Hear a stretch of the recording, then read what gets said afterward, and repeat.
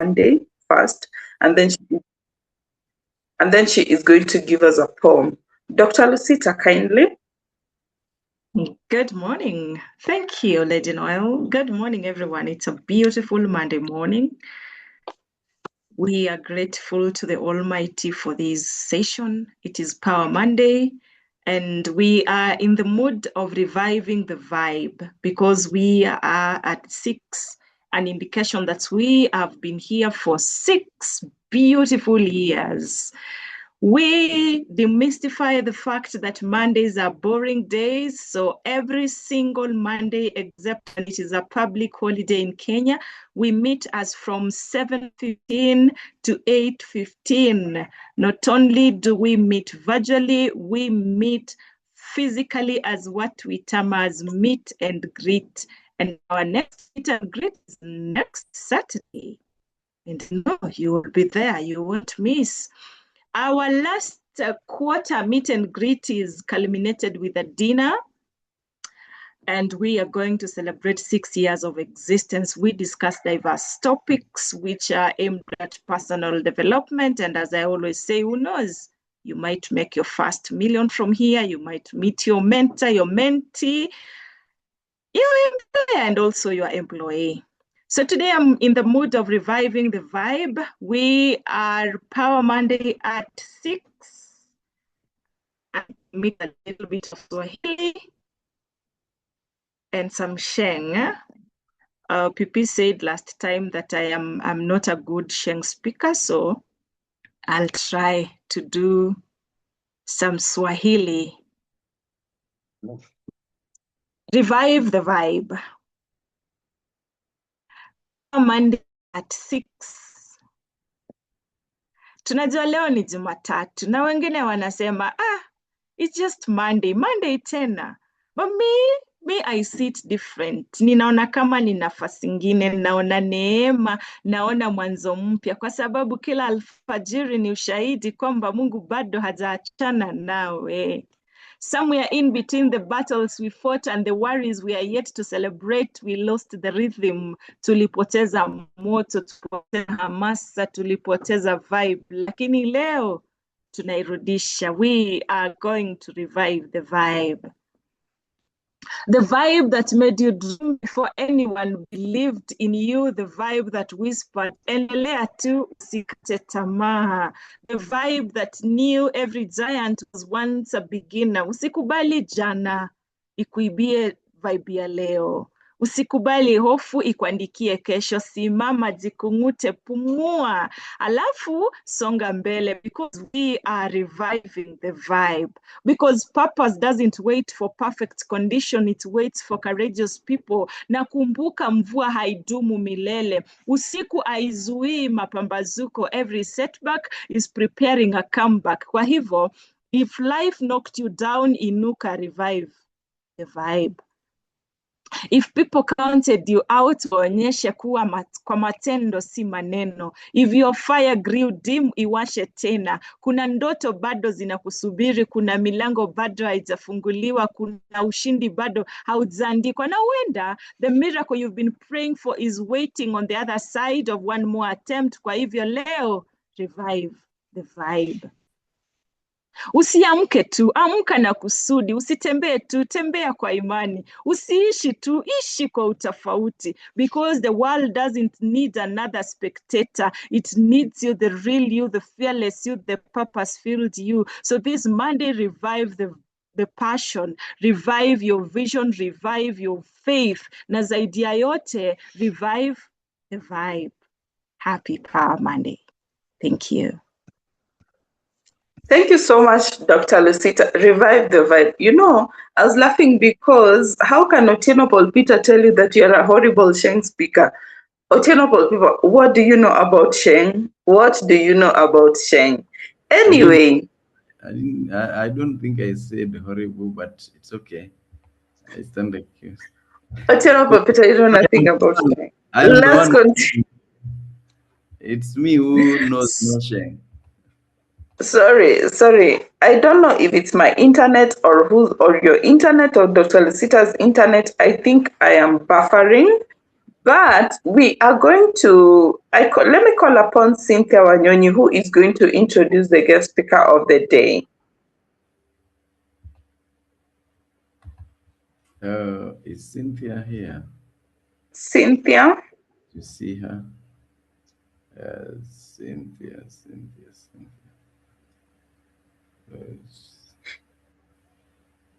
I'm yet to see Cynthia. Okay, kindly let me introduce the guest speaker of the day today. I rarely do this, but today I'm going to introduce the guest speaker of the day, and he is none other than Joram Mwinamo. He is a distinguished management consultant, leadership coach, and public speaker whose passion lies in unlocking the potential of Africa and positioning its people for global influence in business, education, and beyond. With over 2 decades of experience driving transformational change across sectors, Joram is recognized as one of the Kenya's top 50 most influential CEOs and a trailblazer in entrepreneurship development across the continent. He is the founder and CEO of SNDBX International, pronounced as Sandbox, a first of its own kind global innovation hub that provides holistic, one-stop support to SMEs with operations in Kenya and the United States, Atlanta, Georgia, and expansions underway in South Africa, Ethiopia, Ghana, and the UK. SNDBX is redefining how entrepreneurs are empowered to grow sustainably and scale globally.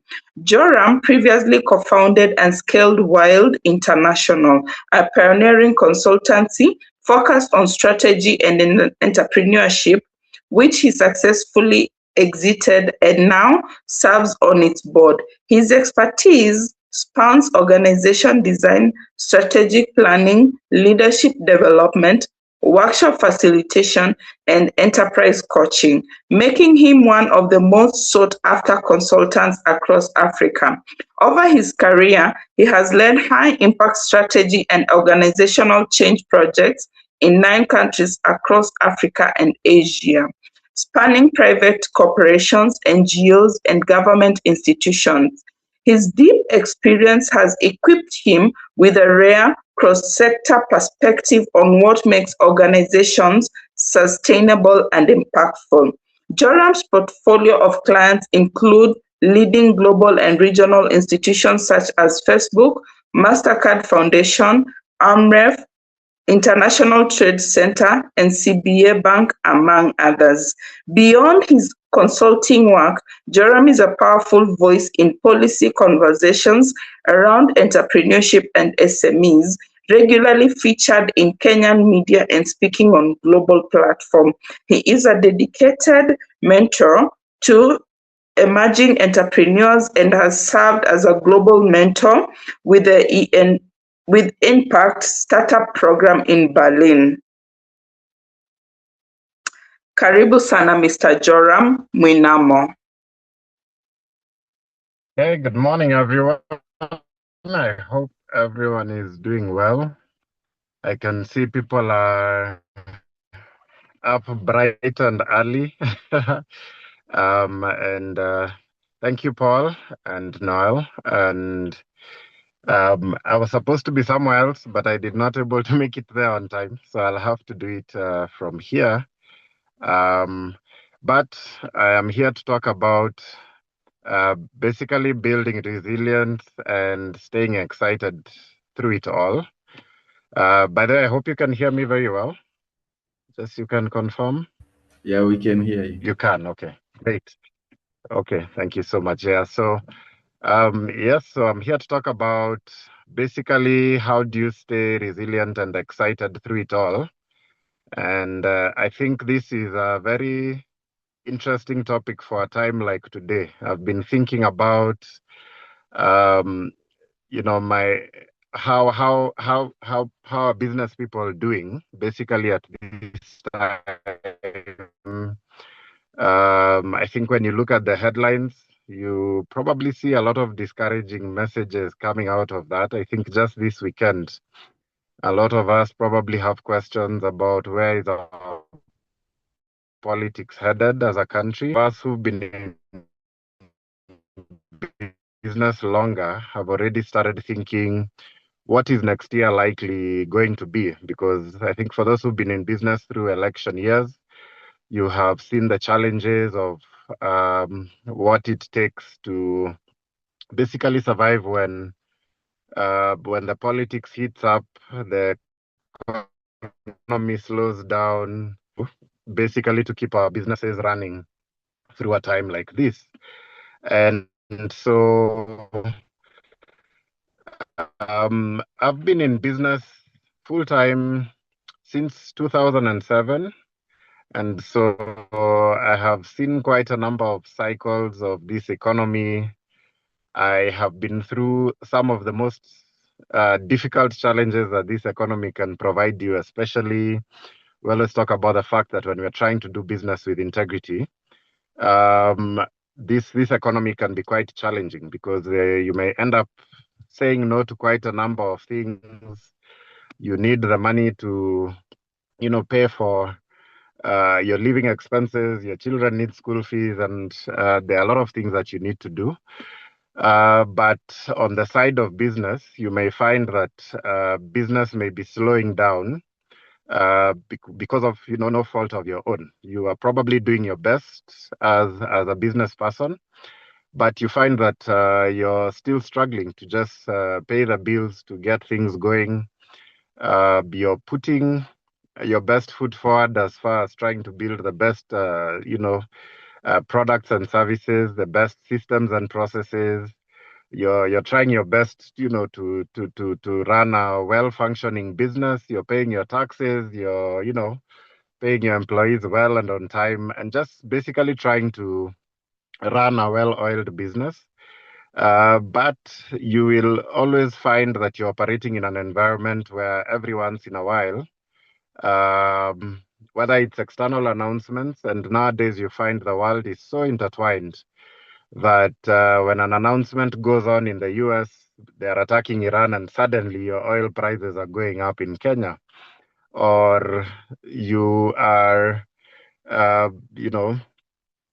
looking to maybe do business here in Kenya, and again, another announcement is made, and before long, you have to pay more taxes, not just from here in Kenya, but from all over the place. And so I've just been reminded that the audience is bigger Yes. than Kenya. Yes, yes. Okay. You had not given me that briefing. I thought I was talking to Kenyans only. And so anyway, beyond that, then you find that that you don't end up just doing business in your own local environment, how your business is working. I think a lot of us in business right now are trying to wonder, what is artificial intelligence going to do for our businesses? How is it going to affect us? What do we need to learn? What do we need to appraise ourselves on to be able to stay ahead of the game? And so when you listen to all that, it means business can end up feeling like you're always running very fast.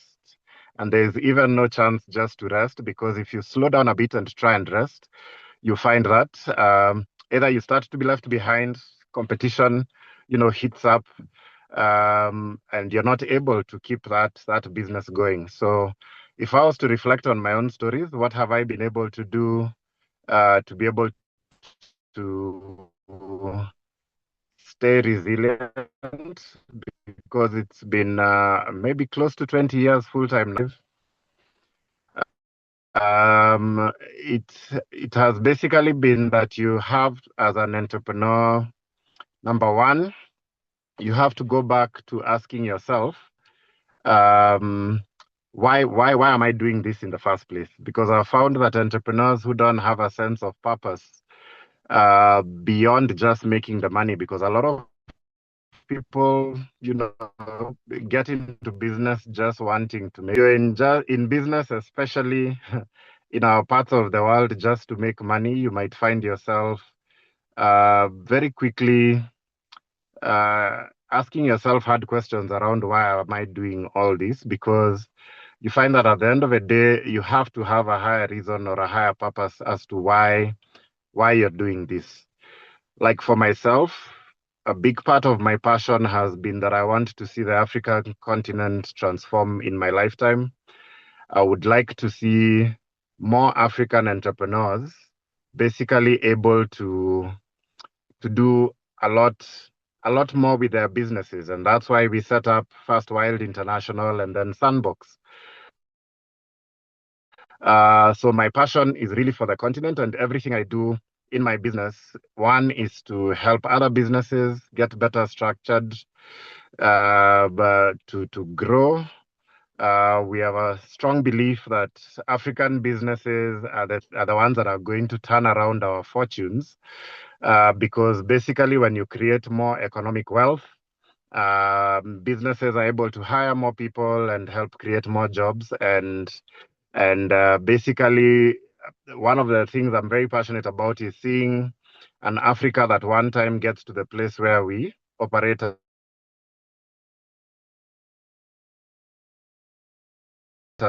equals with the rest of the world.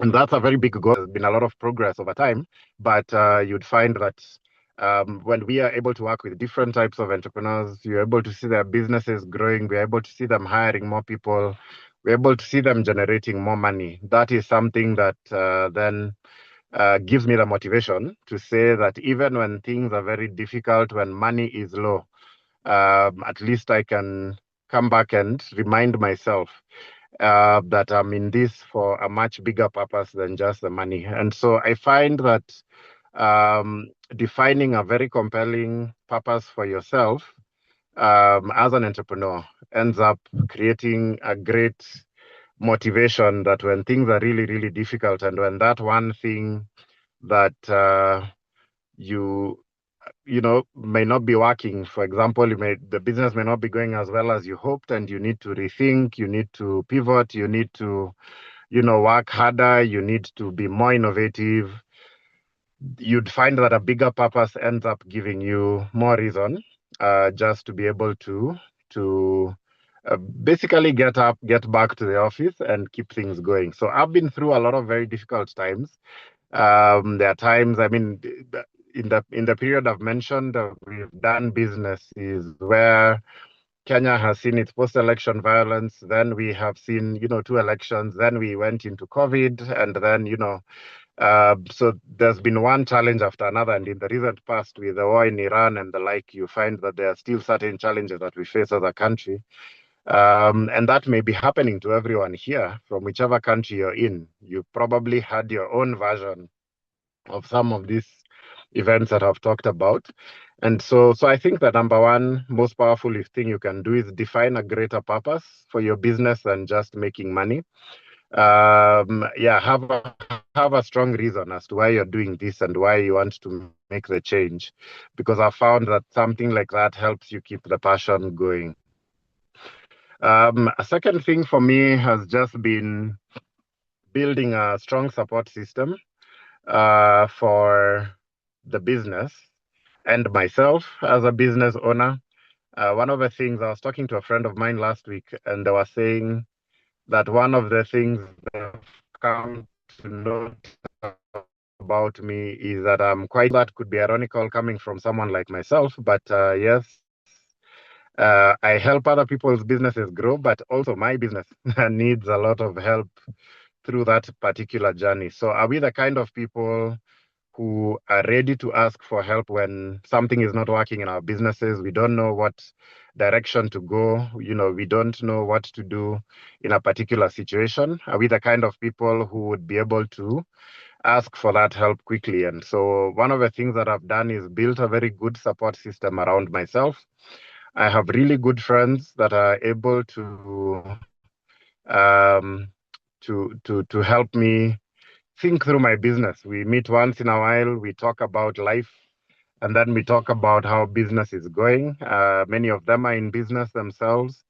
And in a forum like that, I'm able to present the challenges that I'm going through as a business owner, and I'm able to get other people supporting and helping. And so, with that story, I would basically say, I think it's important to know about building support systems around yourself. So this could be friends, this could be other business people, or being part of a business network where you're able to talk honestly about your challenges as a business, and you're able to find solutions, or find people who can listen, find people who can advise. Or it may mean that, maybe you're putting in place a mentor, deliberate about getting a mentor, somebody who's been down the path you've been in. Or it could be that you're looking for advisors, or even within the business structure, it is getting something like a board of advisors, or a board of a formal board, a board of directors. And in a place like this, you're able to find that you can basically get people who understand and know more than you know. And these people are able to help you think through difficult parts of your business, help you think through what to do in a difficult situation, and help you to come up with innovative ways. Or sometimes you find that even when you have a problem in business, it's not so much about the problem itself, but just talking to somebody else about it helps you get to a place where you basically realize it may not be as difficult as you think it is. And so you may be able to basically uh, find even better solutions. Sometimes I say the easiest thing to do when it comes to making decisions about a tough situation in business, sometimes it's even just to wait a little bit more, so that you're not getting yourself into the place where you're feeling overwhelmed and making decisions out of desperation, because that can end up basically you can make the wrong decisions because of being under pressure, or making decisions under stress, or making decisions because you're overwhelmed. And so having situations around you that can just help release the pressure that you're going through can be great in allowing you to basically grow. And so, one of the first things I talked about is have a strong purpose. The second thing is basically build a strong support network around you. And the third one, which is something that I emphasize a lot in a book that I wrote recently. But I wrote a book called The Enterprise Jungle, which is basically a book about how do you do business, especially, we've had a lot of businesses written, books written about business from many parts of the world, but maybe very little from developing parts of the world, just in terms of how do you still succeed despite the fact that you're operating in an environment that may have, a lot of corruption, a lot of institutions that are not very well structured to support you. In a place like Kenya, it's usually very difficult to get financing for a business. So how do you continue to operate your business successfully in a place like this? And for me, I found that the businesses that end up thriving the most are those that are the most customer centric, the most concerned about understanding the customer they are serving very well. And it's interesting that this is something that we talk about. Even a lot of businesses say that, a lot of entrepreneurs say that my business is customer centric. We exist because of the customer. But what I've observed around a lot of business people is that we actually have this fear of getting direct feedback from our customers. And then we have this assumption that because we are interacting with our customers on a daily basis, we assume that we know what our customers think about our business. And so have you ever taken time as a business owner just to even send out a survey, an anonymous survey. Some cultures, people are not very good at giving the very direct feedback, just to hear what do people really think about your business. Is your business the kind of place that customers are really happy with how you're responsive to them? Are you able to realize when your business, when your customers are changing their mind or their taste or are trying out new things, or do such things take you by surprise? Have you been able to collect a lot of feedback from your customers that enables you to basically ensure that the product or service you're giving to your customer is something that is working very well for them? And so the greatest businesses are very responsive to what customers say about your product. They are very responsive towards iterating on the feedback that they are getting to make sure that the product they're selling or the service that they are giving, or it could even be a technology product, is really addressing the very specific needs that the customers are coming for. I've found that a business that is very customer centric ends up being very resilient over the long term.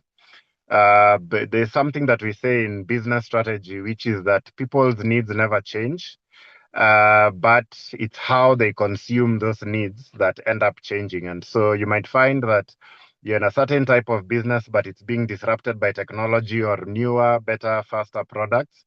How do you, as a business person, ensure that you have the information from your customers about whether are you still serving them the best way possible? And are you serving their needs the best way possible? Are you delivering the products and services that are working best? And also, are you adopting a way of serving them that ends up working very well? And so putting the customer at the center of the business, over and above taking care of yourself as an entrepreneur and putting a support system around you, you'd find that you end up building a business that ends up being so much more resilient than what it should have been in any other situation. And so, Paul, you need to tell me if my time is up. I don't remember. You still have about 20 minutes. Okay, so I still have time. Okay. Okay. And I hope we're going to have a time for question and answer. So feel free to ask questions in the chat, and I may be able to see that and just respond to them. And so, yes, so as I was saying, putting the customer at the center of a business ends up building a much more resilient business. And as a business owner, if you maintain an attitude of I always say, be obsessed about getting feedback from your customers. What that basically means is always be very curious. What is the customer thinking about my business at this point in time? What is the person who I am serving thinking about the level of service that I'm able to give? Because I found that one of the things that happens, particularly in a place like African cultures, you might find that people are not very forthright in giving feedback about times when they're unhappy. And so as a business owner, you might find that you're struggling to understand, are my customers happy? Are they happy with the kind of service that I'm giving them? Sometimes your business has grown to the point where it's not just you, but you have employees that are giving that service to people. And so how do you go about making that making it happen so that you're giving the best customer service, the best product? And how do you ever know when somebody is even a little bit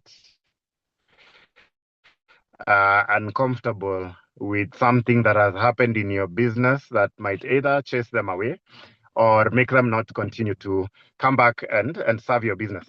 And so I found that a lot of us as entrepreneurs, we are afraid of actually asking for that feedback. We are afraid of, somehow it's painful to get feedback on things that are not working in your business. it can be very painful to hear from customers that they're unhappy with something or something happened in the business that did not really go according to plan. So are you the kind of entrepreneur who's built a thick skin to be able to request for that feedback? And if the feedback comes back and it's negative, you take it in stride, you take it positively, and you look at what can I do to improve my business, so that, you know, this feedback that I'm getting, especially if it is repeated feedback from all your clients, is it something that then you can do something about so that you're responsive to that? So I found that a lot of business people and a lot of entrepreneurs are not very keen on that process of getting that feedback. They're not very keen on being responsive. They somehow think that because the business continues to make money, then it's an assumption that people are happy with something like that. And so it's quite important to always put the customer at the center.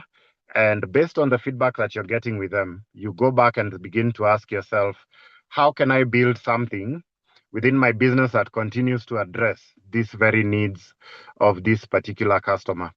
When we were building our business, one of the things we're doing is that we're doing strategy consulting, but you'd find that our clients always kept asking, as we were implementing those strategies, where can they find other consultants who can help them with very specialized needs, things like legal services, things like accounting services, things like HR services, things like digital marketing. And then we began to realize that the need of our customers went beyond just our service, and they needed other services around what it is that we were doing that would help them get a complete solution. In fact, at the beginning, we were not very keen on finding that solution for them, but over time we realized that if we did not do it, you'd find that our customers would go and try and find the solution themselves, and in many times they did not get the kind of quality services that they needed. So even when they came back to us, we realized the quality services were just not there, and we figured out a way of now trying to find the right people who they could end up working with. And eventually we partnered with different consultants who would offer those services that we did not offer ourselves. And we built a kind of like a coalition of service providers. And this is what ended up becoming the sandbox model, where we now have about 30 non-competing consultants that are in this coalition that serves the same customers. And so it's become a one-stop shop where people can find all the services that they're looking for. At the moment that we ended up launching this, we realized it was actually a global innovation. Very little, actually, we've not found another place in the world, unless there's somebody here who knows something that looks like Sandbox. We've not found another innovation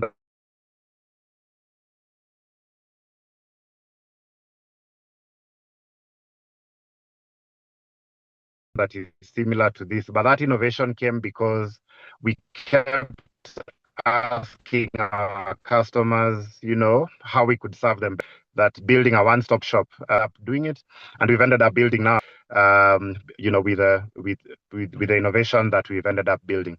And so don't take getting customer feedback for granted. It is something that makes a very big difference. But what makes the even bigger difference is that we respond on that particular feedback.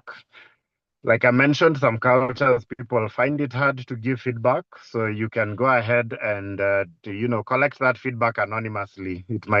People might be able to give more honest feedback about their exact experience with your business. And so collecting it anonymously and then acting on it may end up giving a much better response rate.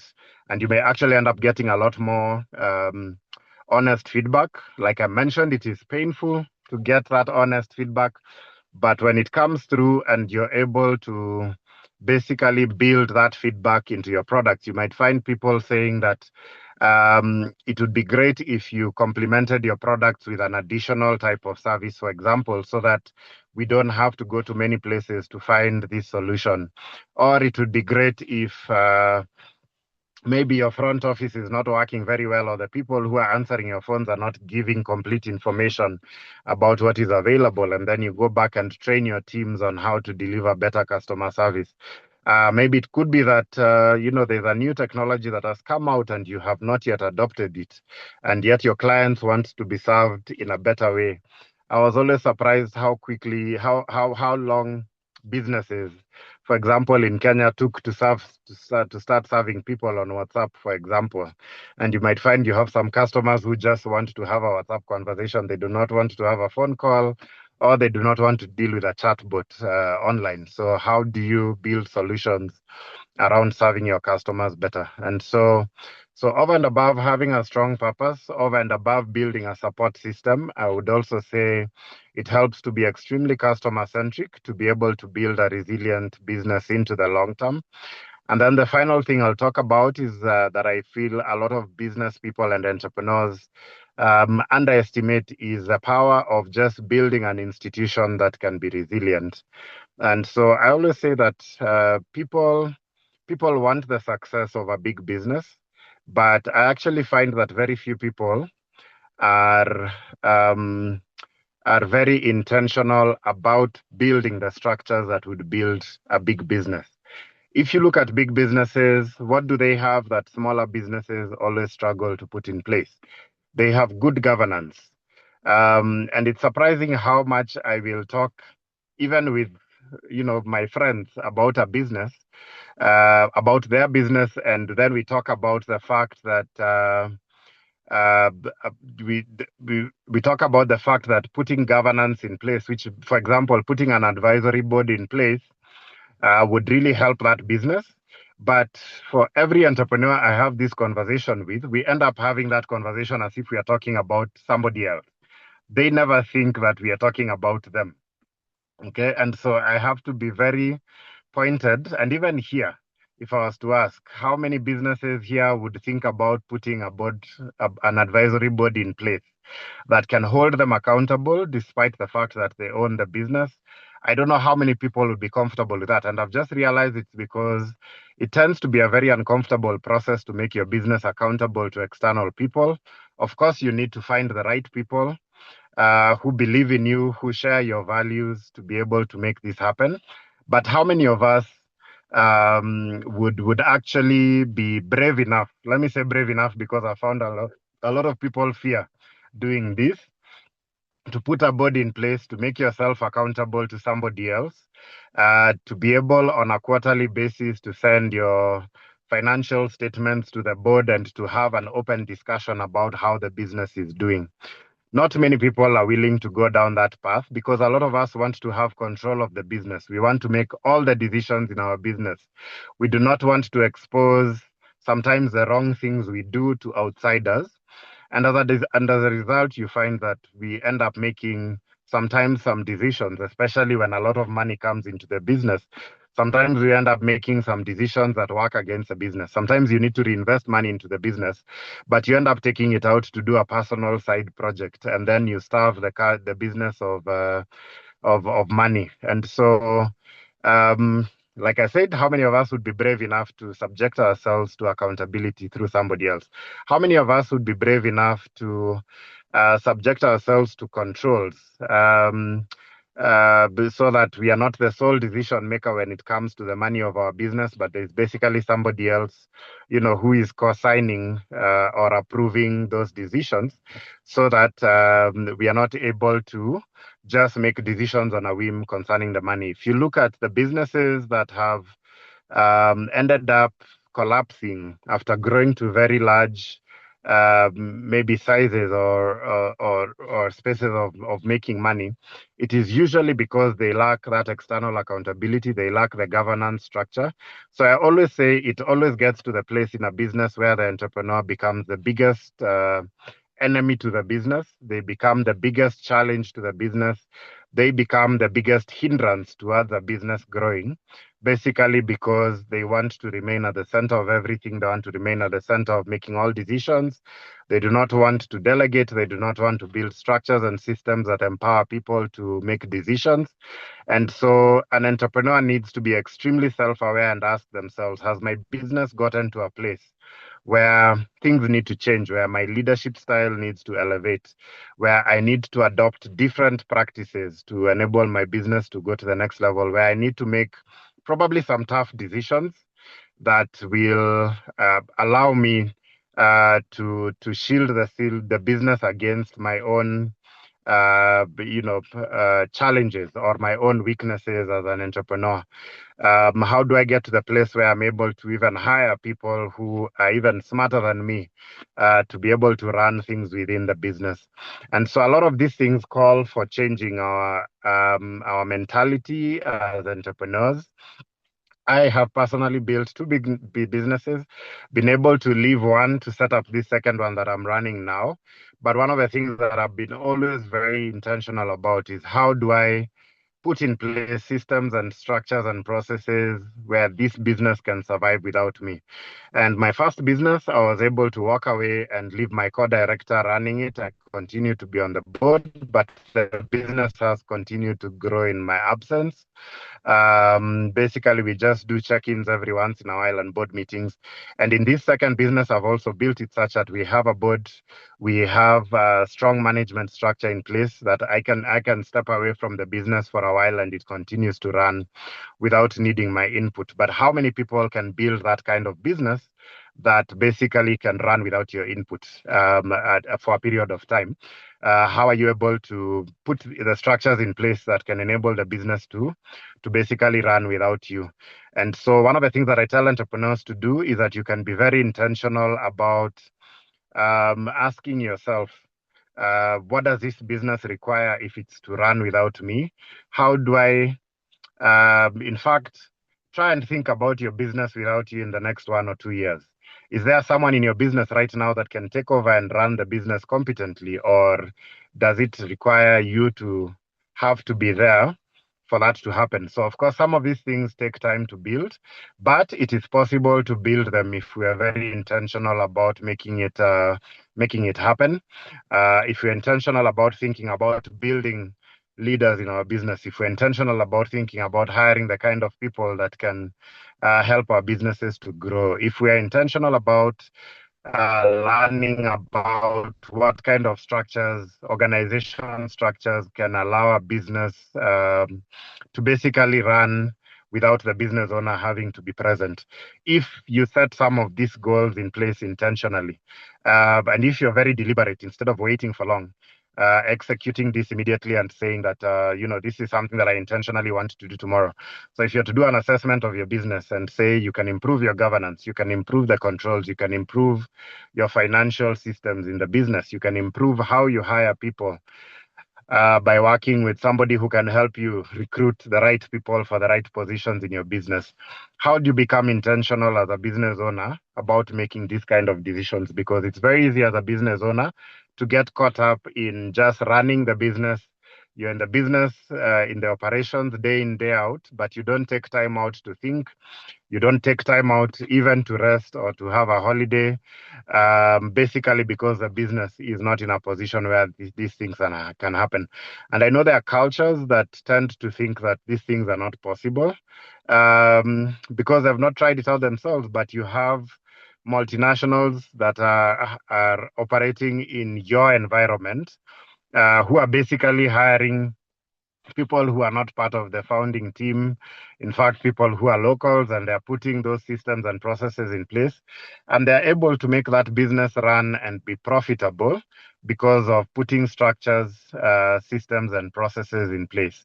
And so we can do the same with our businesses. We can be very intentional about making our businesses run in the same way. We can be intentional about running a great business that is well structured, that can run without us, that can remain resilient over time, and that can even outlast us beyond our time.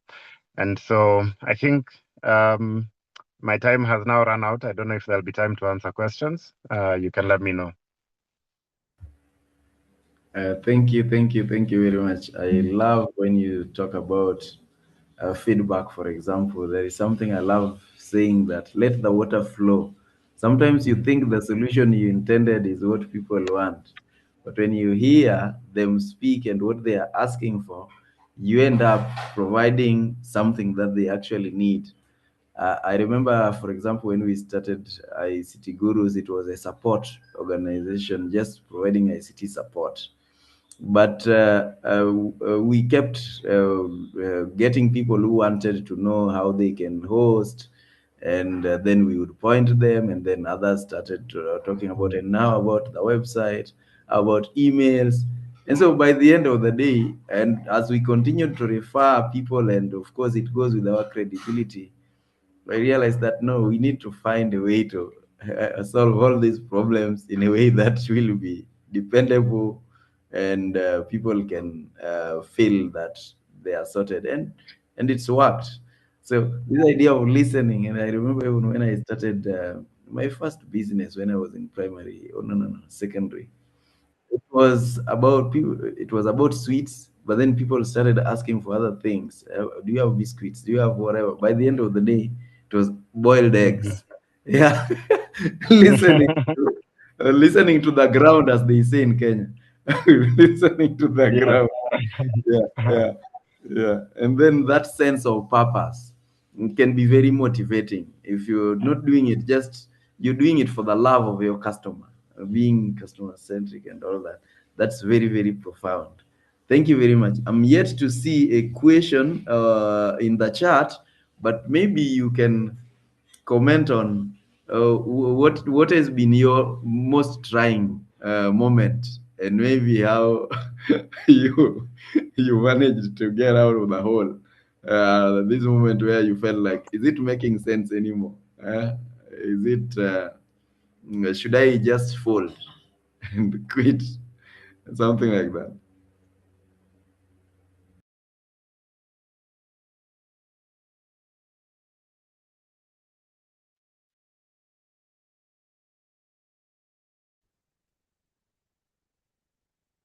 Did you get me?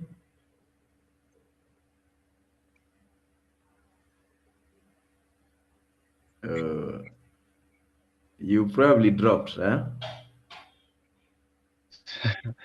Okay. Sorry, I had dropped. I don't know what happened. Maybe you can repeat Yeah. the question. Yeah, I was saying maybe you can share one of your probably lowest moments when you probably felt like maybe it's not worth it. I just need to fold, and then things turned around, or you turned around. How did you go about it? It's very interesting. Every time I'm asked that question, um, I always reflect because I think it happens almost all the time. In terms of almost every given year, there might be a situation that happens in the business that gets me rethinking. And so I think as entrepreneurs, we're very good at projecting or presenting a front as if everything is going well. So we tend to put on a very brave face, to dress very well, to always look good. Even when the business could be collapsing, we will still be looking very good as entrepreneurs. And so you might never meet an entrepreneur who you ask, how are things going? And they're honest about the fact that things are very difficult. But in my business, we've had many low moments. I can talk about maybe one in each of the businesses that we've run. In the first one, it was a situation where we actually had to go separate ways with my business partner. So I don't know if many people here have had business partners, and the experience of having to work with somebody else and then things do not work out. And that can, it can be a very difficult thing because the breakup means that you're working through quite a number of emotional issues and just challenges that you may not be prepared to deal with. In the second business, somewhere during COVID, this sandbox, because we have quite a large space, and so we hire a large space and operate out of a very large space. There's a point at which we had accumulated quite a bit of debt with paying of rent. And we actually sent auctioneers and had to go through 7 very difficult days of trying to raise money to clear the debt that had been there. It took all our different contacts and that we could put together to be able to pull that off. But thankfully in 7 days we were able to do the same. So they were not able to come and, collect things. But I think anyone here who has dealt with auctioneers knows it's not a very pleasant situation. And but yeah, those are just 2 of very many situations of basically low moments. And so I'm sure because we have a lot of entrepreneurs here, they've also been through a lot of similar moments. But I find that for me, that the difficult situations made us more innovative, made us focus more on how our business can be more resilient, can make more money, can be more sustainable over the long term. And so I don't know. I think entrepreneurs, we are built for pain, or looking for pain, or something of a sort. You're looking for pain. But I love it that these low moments are not meant to destroy us, but to make us more creative, more innovative, and come up with better solutions that even in the future, that's what helps us to spring back, because we can remember what we did. We can remember that we were not destroyed. So sometimes they look uglier in mind than reality, and by the end of the day, we manage to overcome. That's very profound. Thank you. Well, there is here uh, uh, Sriram from India, BNI, saying thank you, Joram, for enlightening input. And then Eric Obwaka saying how I think the question is how can I become vulnerable, accountable to my board, to myself, to my staff. We said we need to be. So, or where do we have that courage? The question is, where do we get this courage if we don't have it? Okay. So I can see someone asking what was the first accountability structure I put in place at Sandbox, and what's the one decision it stopped me from making. I think one of the first accountability structures, even in the previous business, was having a second signatory. So I can never make any financial decision in the business all by myself. Usually my co-director at Sandbox, I also have my head of finance, who's a signatory. So it means that none of us can, there has to be 2 signatures for any financial decision to be made. And I think the question is what decision did it stop me from making? I think you don't realize how much you mix your personal finances and your business finances when you don't have controls. And so it becomes very easy to just make any financial decision. In fact, when you have access to money, every financial decision looks like an emergency. Everything looks very important. Everything looks like we must spend this money now. But when you have a second person who needs to sign for that money, you will also think through those kinds of decisions, because if there's nobody checking the money, a holiday in Mombasa at a time when you don't have a lot of money, or when you need to pay some bills, to a certain supplier or something, the going on holiday might look like an emergency at that point, because you can basically make that decision, and then you end up putting your company in trouble because you should have made the decision to pay the supplier. And so I think it just builds a lot of discipline when you have financial controls in place, when you're not the sole decision maker. Of course, it has to be somebody very trusted in terms of how you put the mandates in those financial decisions. And then right from the beginning, I also had a board for Sandbox. You can always start in an advisory board, maybe of a few people. It could be 2 or 3 people that you respect and who share your values and the like, but just start to put those structures in place and learn how they work. And so definitely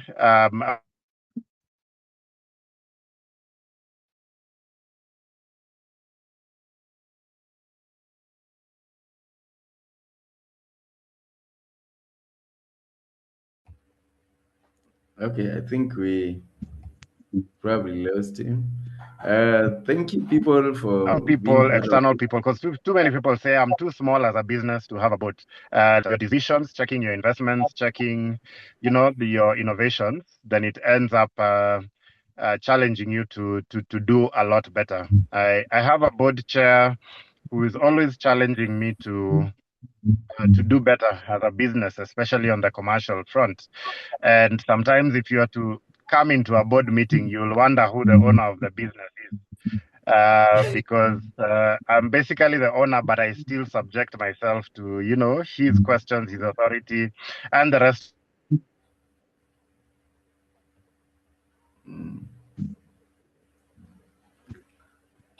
Thank you. I think your network is uh, uh, not very stable right now. So,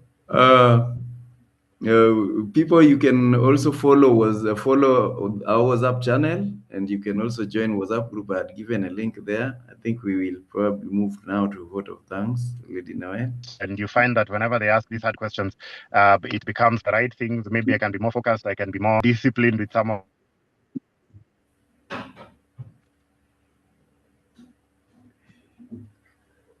Jerem, I think he's dropped.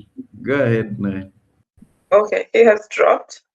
So, when you give the vote of thanks, if the speaker is not there, what vote of thanks are you It's giving? come. It's Anyway, come. It's there. okay, thank you so much. Thank you so much. I call upon Dr. Melvin Lima, who is going to give the vote of thanks this day. Dr. Melvin. First of all, I'd like to thank the audience. I think we were about 100 people who turned up this morning to listen to a wonderful speaker. Secondly, I want to thank the board of ICT Gurus for putting this together. This includes Lady Noel, Antonia Mutunga, Odhiambo Olale, Otieno Paul Peter, and I might even thank myself because I belong to that board. The Power Monday board, yes. It's the Power Monday board. Then I want to thank the sponsors for this particular event, and that is Live Your Dream Enterprises Limited and Falcon Insights Global Consulting Limited. Finally, I want to thank our speaker this morning. Our speaker is a very busy man. In fact, he is speaking to us from a car, right? But he is so accomplished in the field of business development that he can speak from the top of his head anytime, any place. And indeed, he is well traveled. In fact, he's been all over the world talking about entrepreneurship. He is an author of The Enterprise Jungle. And I was hoping to hear him say that he would give members of Power Monday a special offer on that book, because I believe that is mandatory reading for everybody in this space. Now, I've known Joram Mwinamo for a number of years. In fact, I've even worked under him, right? And what stands out about him is that he thinks far ahead of the present situation, right? He's helped us develop a strategy, which I believe the organization, which I've since left, did not follow through. Now, if there's a few lessons that you can pick from today's session, one of them is have a strategy and follow through with that strategy. Get feedback from your customers and act on that feedback so that you're improving. And the other one that he talked about was having a board to whom you will be accountable. Now, you'll notice as well that Joram is such a good speaker that he didn't need a PowerPoint. He was not hiding behind a PowerPoint. In fact, he was giving us his talk from a car right? Which speaks to his busyness. He's a busy man, Otieno Paul Peter.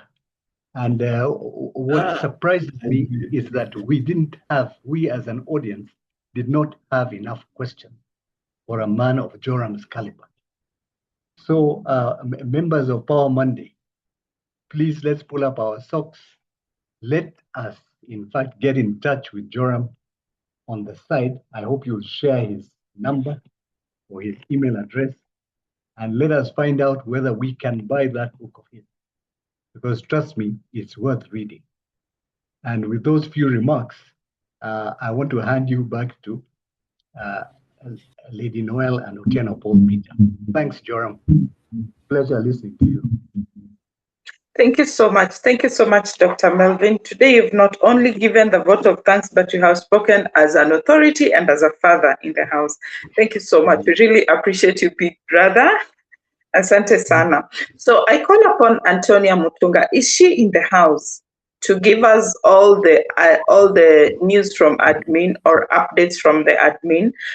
And as she is unmuting, if she is in the house, I'm just here to remind you that the last Saturday of this month, we are going to have our meet and greet, and it's going to be at the Kenya Comfort Hotel and Suites. I think it's in Milimani, somewhere there in Milimani.